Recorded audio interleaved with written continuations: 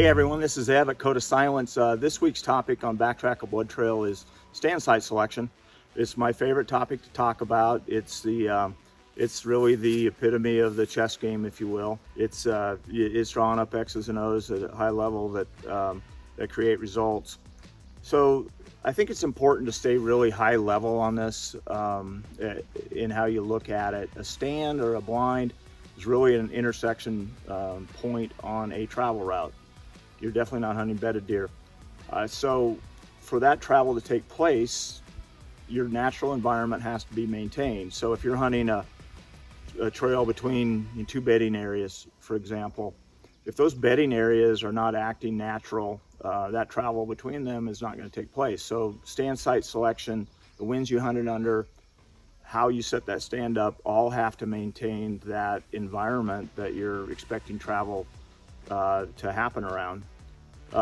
Frequency is also huge, or the travel frequency around a stand, trying to put the odds in your favor. So we're looking for bottlenecks, we're looking for natural features like a waterway, maybe geographical contours like a ridge line that are pushing deer through an area with higher frequency. The other thing we're looking for is exceptions. For example, if I'm hunting an east-west movement and the best wind to get a deer to walk down that trail is going to be straight east or straight west. They want that wind in their face, and it's also the hardest wind to be successful under. So we're looking for places that that trail bends where we can hunt those deer favored winds and hunt those exceptions on those travel routes and still be successful. So those are just a few key things we're looking at a high level. So much with stand placement is about, hunting edges. You're always hunting the edge of a field, edge of a bedding area, edge of a major travel route, edge of a scrape line. This is just a perfect example of hunting an edge. And then everything I talked about earlier, I've got a waterway here to help channel movement. I've got a waterway here to help me get in here quietly. And north of me, all along here, I have a great set of trees and timber, really a whole bedding area along here. So these deer are going to have a natural tendency to work the south edge of this with a northwest wind. And all I need is an access point. And there happens to be one right. You can kind of see it. It's the shorter tree there. I'm going to walk over there. It sticks out just far enough where I think I'm going to have the best of both worlds with it, and I'm going to be able to get in and out of here.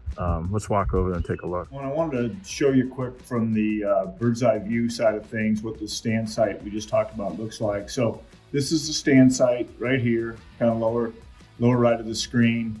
In the big red circle, you can see kind of what I've outlined as it's a great bedding area. This is north up the top of the screen, the green showing the wind directions. Predominant northwest wind out here, but this is the stand site that I can hunt, deer movement that's going to skirt the downwind side of this bedding area and be funneled by the riverbed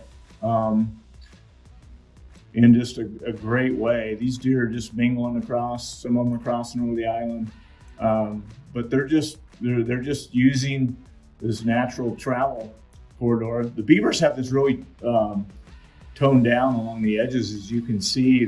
I got lucky with one tree that's just far enough to the south, but still close enough to timber that I can make it work. But anyway, just on paper, this is just ideal. And when I got there, it's the same way. It's dialed in a big way. So I can get in and out of this stand really easily without leaving scent. I've got a natural boundary of this water and this thick timber edge to help channel movement. And then I've got a core environment in this great bedding area, real thick timber that I can leverage. So on paper and in person, it's just awesome. Can't wait for fall to get in there and see what happens. So hope that all makes sense. Okay, at this tree right now, it's everything I hoped for. It is going. It's only about 6 yards off the water. It's going to allow me to get in and out of here really easy. The water's going to funnel movement. I'm hunting kind of the best of both worlds with this edge over here of timber, and this waterway to help funnel.